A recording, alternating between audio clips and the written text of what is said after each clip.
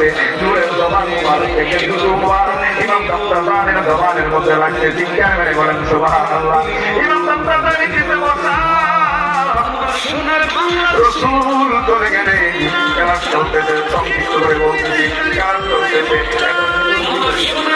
এখন হুজুর যেইটা বলতেছে, হুজুর যেইটা জিজ্ঞেস করে, তারা একবারে ক্লাসের ফার্স্ট বয় এরও জবাব দিতে পারে না। ইমাম তাফতাজানি নিচের দিকে তাকাইয়া হুজুর যেইটা প্রশ্ন করে, হুজুর প্রশ্ন করার আগে উত্তর দিয়ে দেয়। সুবহানাল্লাহ বলেন না।